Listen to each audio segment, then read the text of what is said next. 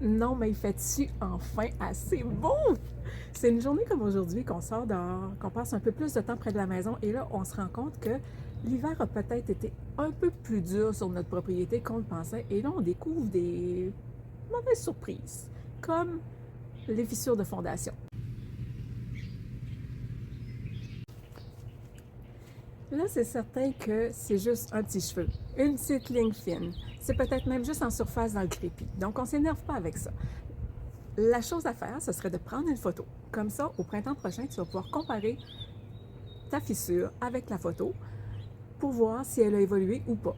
Si elle n'a pas évolué, elle est restée telle qu'elle, tu n'as pas d'eau qui rentre dans ton sous-sol, il n'y a pas d'action à prendre, tu ne fais absolument rien. Par contre, si ta fissure, elle a l'air de ça,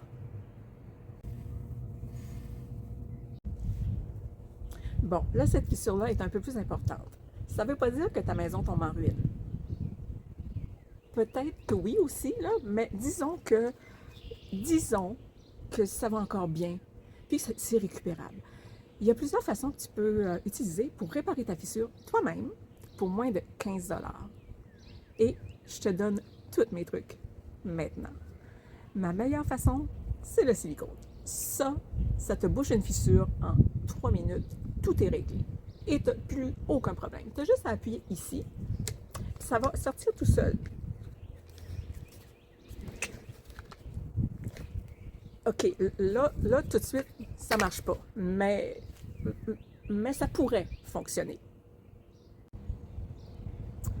Une autre solution pour toi, c'est le polyuréthane. Ça, c'est une belle petite mousse que tu vas shooter sur ta fissure, puis qui va prendre de l'expansion, puis boucher ta fissure parfaitement.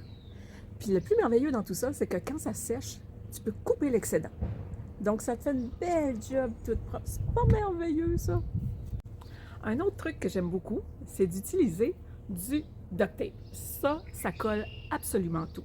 Ça te bouche une fissure dans le temps de le dire. Ça va résister à toutes les températures. Tellement résistant, j'ai fait un accident à Rimouski, j'ai tapé mon pare-choc, j'ai roulé jusqu'à Montréal. Il n'y a rien qui a lâché. Ça va tenir jusqu'à la fin des temps.